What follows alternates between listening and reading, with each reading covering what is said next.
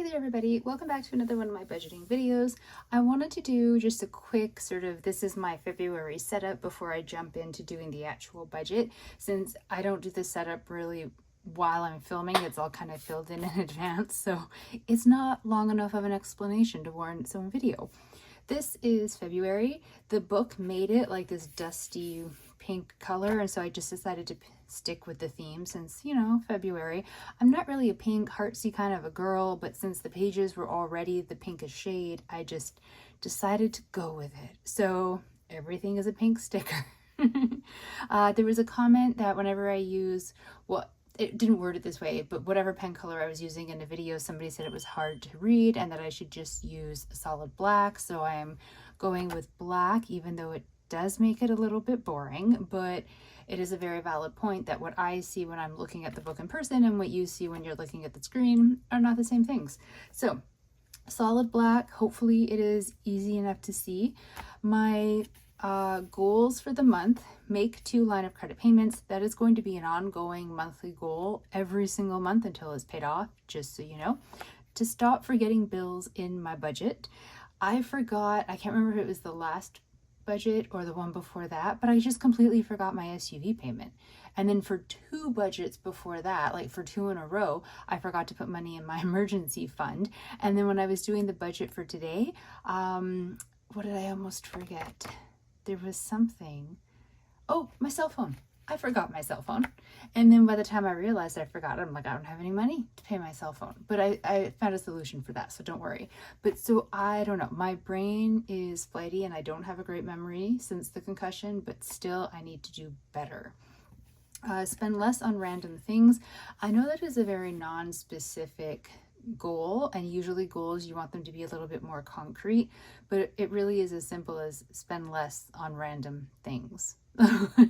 So I know what that means for me anyways. Like when I go grocery shopping, don't buy the extra like little dessert bun, or if I do, buy one, because treats are not necessarily bad, but maybe don't buy like 3 treats, pick one thing. Which I'm saying this to myself because I've been looking at the flyers for the various grocery stores for when I go grocery shopping this weekend, and Superstore alone has like 5 different things on sale that I consider like an affordable small little treat for the week, but I can't buy all 5, so I need to like pick one. I have yet to do that, so I have them all on my grocery list, and I'll see what speaks to me when I'm in the store. And then recipes for March. So in case you don't watch other videos of mine, which is totally fine, I am attempting for February. Well, I already did it, so I'm actively following through in February. Before the month started, I did a bunch of batch cooking for 3 recipes, like 3 dinner meal things. Basically, I had frozen 16 dinners, not including sides, just like the main course, so that the idea was if I did some batch cooking and then froze the meals, it would make my weeks easier in terms of like how much effort and energy I have to put into my dinners and figuring out what I'm going to eat. And I just always have something prepared. So it'll also help stop me from like splurge on like takeaway, which I have to admit I haven't done since like my birthday. So that's pretty good for me. But it was just supposed to be like a combination of helping me eat healthier, which will in turn help me to lose some weight, which I'm trying to do, as well as help my budget because it'll be more cost efficient in the long run to do like a weekend or a couple days of batch cooking and then have all these meals frozen, and then during the rest of the month it's sort of easier on the budget for shopping. So I need to start looking at recipes for March.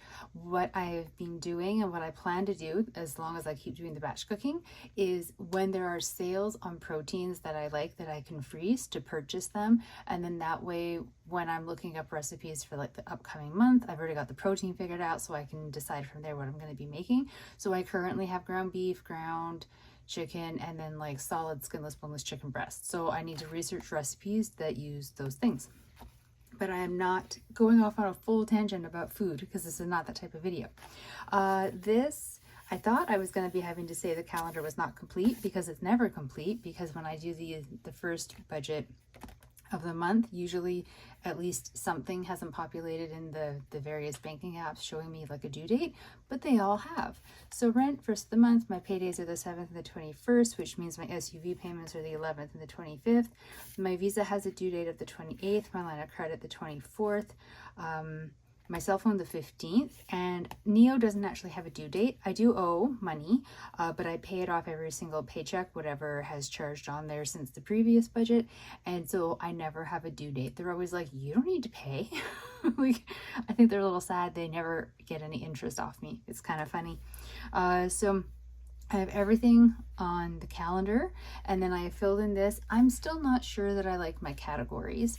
So if you didn't see like the video that shows like this book, how it's set up, this is what the categories normally look like. So home, personal, food, transportation, healthcare, entertainment, loans, and other. I didn't need them set up in that same way. So my two biggest ones are sinking funds and digital cash. Then I have food, transportation, Striker, he's my cat. I moved home down here, loans, and then other. I don't need all of the categories, and some of them, specifically groceries, duplicates because there's a food section. And so I wanted to keep it in its section for saying how much I'm putting in that category, but also it's sitting over here under the digital cash because of how I actually handle the money that goes towards my grocery and household expenses. So last month when I was setting up Striker was the same thing. He was under this same section, but then he also had his own. But I realized I can keep him out of there because he doesn't move over, his money doesn't move over to the same prepaid card as the rest of my digital cash. So he can have his own little section. And I am aware that the stickers go over the edge, and so the word budgeted is cut off on all of them, but I don't care. So it's either that or be crossing words out and writing over top, and that's way messier in my opinion. So some of these are like set in stone, and then some of these amounts are suggestions. So like my RAV4 biweekly payment, that doesn't change. I can't change that. It's $266.72. But groceries and household, that changes. So if I don't have any gift cards, if I don't have anything that's going to bring down the cost of how much money I have to contribute from my budget into groceries and household, it's $120.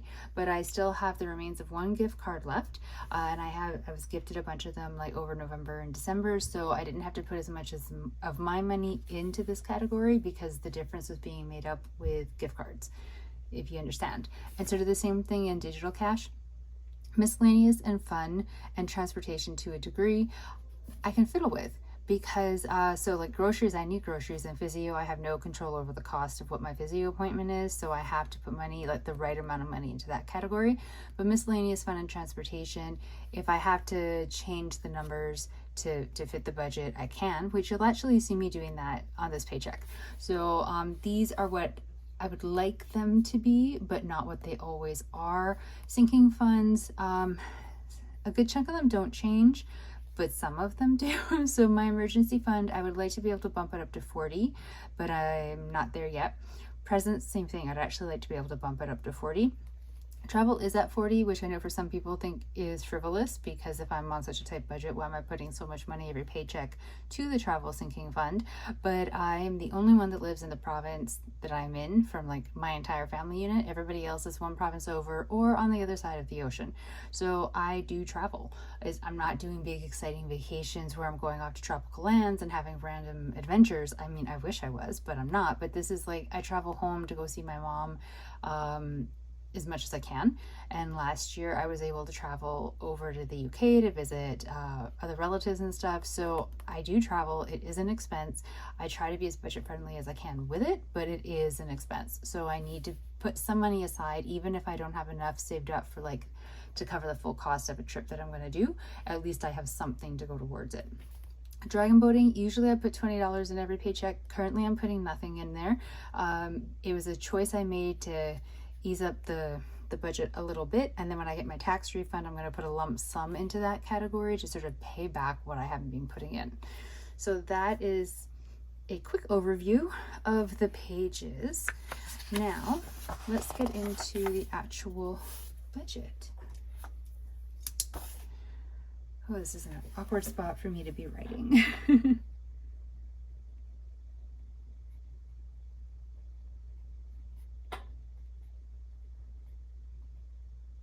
So my February 7th, 2025 paycheck. My starting balance in the account, $1,865.27. I'm gonna need a calculator. So the first thing I do is I take out half of rent.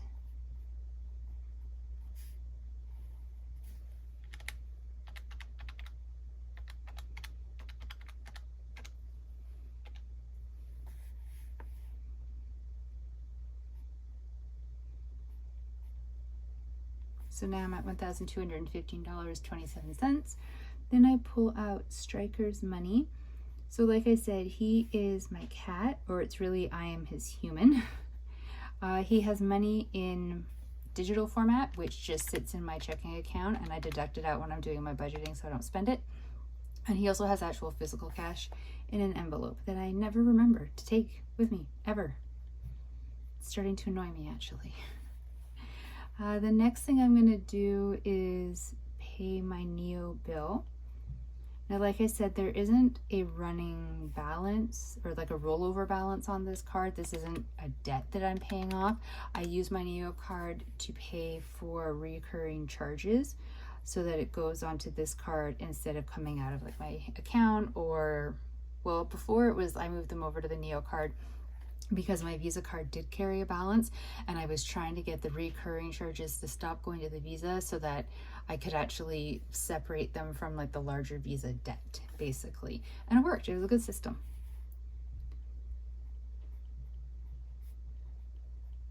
Now, while I was trying very hard and doing a pretty decent job of keeping my Visa at a zero balance, it did rack up a little bit. So I have a little over $100 sitting on there that I need to pay off, except not really, because $11.19 of that is going to be getting paid from my miscellaneous category, and it's like a new charge for some cupcake decorations. I know. Just go with me here. So if I do $50 this paycheck and then $50 next paycheck, the Visa card will be overpaid, so it won't be a full $50 next paycheck. It'll be whatever's the remaining balance, and then it'll be back to zero, and then I will be back to trying desperately to have some sort of self-restraint and stop using it. I don't know. I thought I was sort of doing better, and I was doing better with it for a while, and then I just had a couple purchases, and it's crazy how fast they add up. And then all of a sudden you're just like, oh, what have I done? And I am very determined to not get myself into like a high level of debt with the Visa while I'm also struggling to pay off the line of credit. It's not happening. We're not having any of that here. So it's even tighter than normal couple of paychecks because of the Visa card getting so much debt on it, and it's my fault, and it hurts right now budgeting wise to be able to get it paid off. But then I'm hoping that the pain of having to deal with getting the card to have a balance while also dealing with everything else in the budget will remind me the next time I'm tempted to use the card to not use the card. I say this as somebody who's about to use the card, but for like a group purchase for my team, and then everybody will pay me back their share. So it's I don't know, it's kind of making me nervous. I completely trust my team. It's not like I think they aren't going to pay me back. It's just debt makes me nervous. So my line of credit, I'm paying the minimum monthly balance of $378.33. So that's put me down to $663.68. And then I almost forgot, and I cannot believe I almost forgot it again, but my SUV payment. I don't know what is wrong with me. So that's got me down to $396.96. So I have already calculated out my sinking funds and my digital cash envelopes. So I will add those in. So $156 for my sinking funds.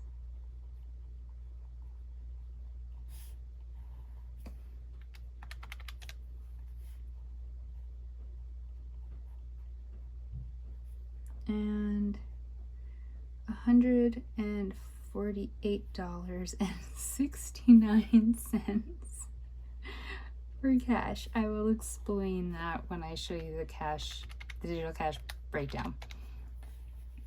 So that leaves me with a balance of $92.27, which I'm very excited about. And initially I was like, yes, I finally have money left in the budget that I can put something into the savings challenge that I want to be doing. I did a video about it. The place that I live is up for sale. So at any moment it could sell. I have no idea when that will happen. And so even though I don't have a lot of money, and normally I wouldn't even be thinking about doing a savings challenge when my budget is so tight, I was like, I'm going to have the expensive moving coming up at some point. So I thought to use the savings challenge to make it a little bit more fun, to put aside whatever small amounts of money that I can, however silly it might seem, so that I have at least something saved up when the move gets announced. However, I have not yet been able to put money into the savings challenge because I haven't had any to put in there. So that's great. But yeah, so I was all like, yes, I can do that. However, a friend and I were trying to find like more activities, like different things to do than what we normally do. And she found this Groupon. I didn't even know people still used Groupon, but she found a Groupon for like a soap making class and seemed super excited about it. And honestly, I just like getting to hang out with her and doing something different. So, she bought it, and then I'm gonna have to pay her back. She hasn't told me my half yet. I think it's like $40 or somewhere around there. So I owe her roughly 40. She said, I told her like I'd pay her back this weekend. I'd e-transfer her because it's my payday weekend. So just to tell me what my half is. We are very bad at texting quickly. So I'll text her, and then like 4 or 5 days later she'll text back, and then 4 or 5 days later I'll text back. So it's not unusual. I haven't heard from her yet. So I need to leave money in there for when I do get a text from her for how much I owe. And then also my Dragon Boat team, one of the guys on the team is in a band, and they are going to be performing on the 18th. And so a group of us are secretly, so he doesn't know, going to show up and cheer on the band and be like super fans.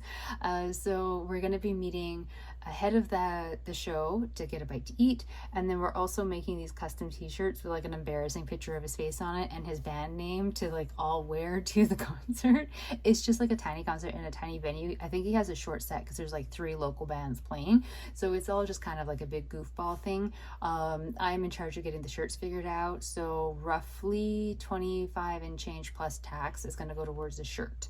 That is the overall charge that's going to go to my credit card, and then everybody will pay me back for their shirt. So it's going to be a lot of fun, but it is going to cost money. So I have money in my fun category that I'm going to be holding tight to go towards the dinner, and also my ticket for the actual show. It's not expensive, it's like $13, but then there's also the t-shirt involved, so like the expenses are adding up, you know. So I have money in fun and I have money in miscellaneous, and I'm going to do my best to use those to cover all the costs of what this outing is going to be, but I'm just not sure of like the total cost of everything yet, and if something else pops up. So I have to reserve this money in its entirety to pay my friend for the soap making thing, and to have some left over in case I need a hand covering for those other expenses that should hopefully be covered from miscellaneous and fun, but you never know, and I just want to have a little bit of a safety net. It's a lot of explaining. So let's go to sinking funds.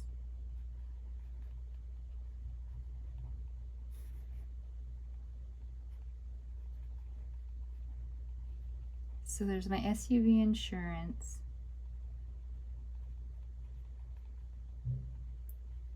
my tenant insurance, my tech category, dragon boating, travel, presents, and emergency fund.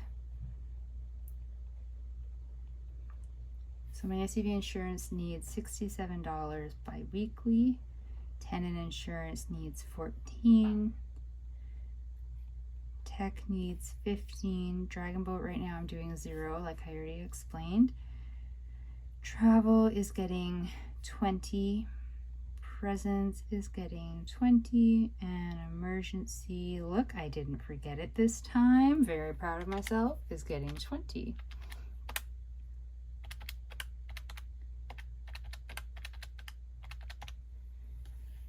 So it's 100, $156, which matches what I took out there.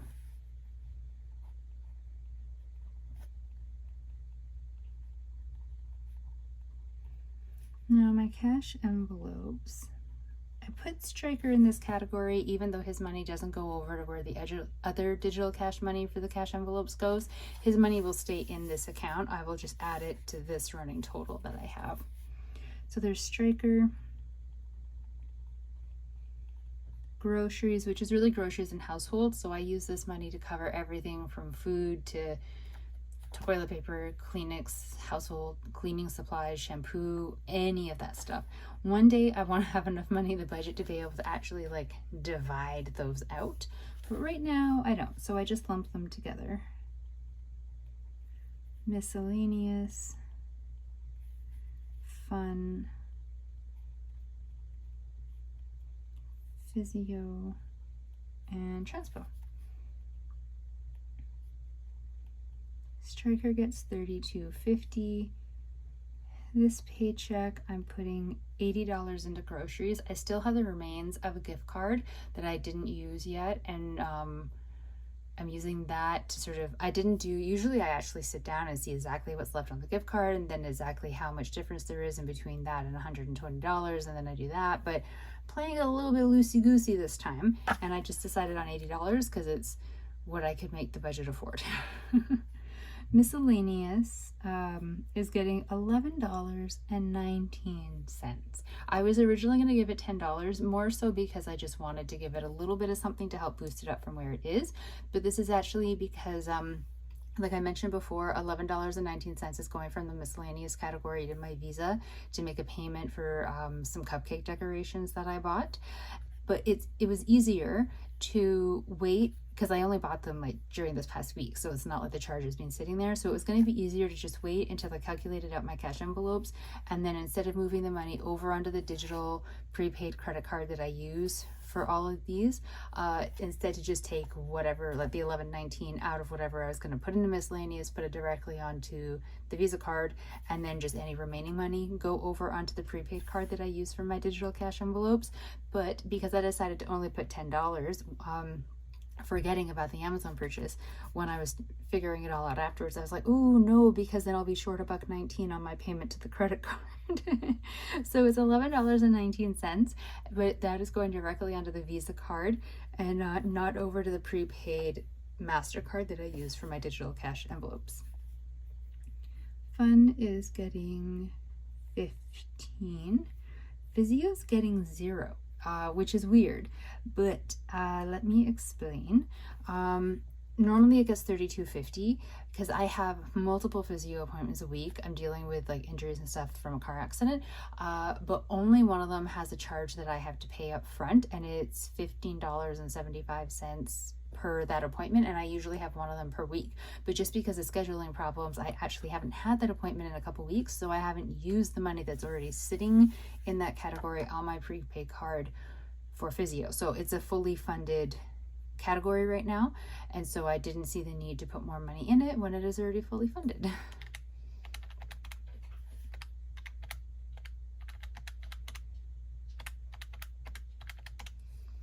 So $148.69, which is what I took out right there. So this is all looking great. So that is my budget. It's not like super exciting, but it works. Oh, let me explain about, there's no cell phone.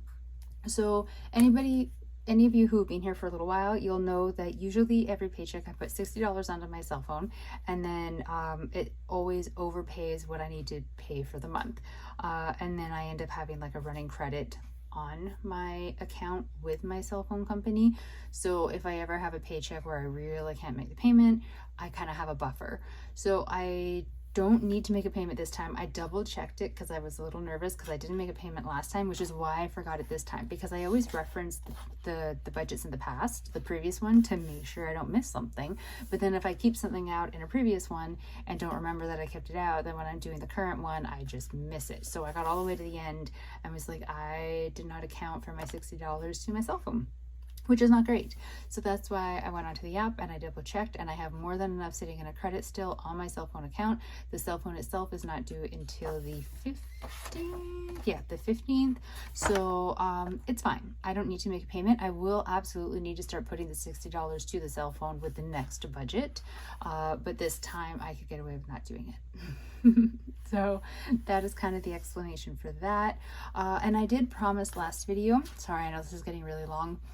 I promised last video to explain what solution I came up with for how I made it work, because my last budget was in a negative balance by the end, and I was trying to figure out when I ended the video, like, where could I cut money from, what could I not be paying so that I have enough money, and I didn't actually figure it out, which makes me sound really irresponsible.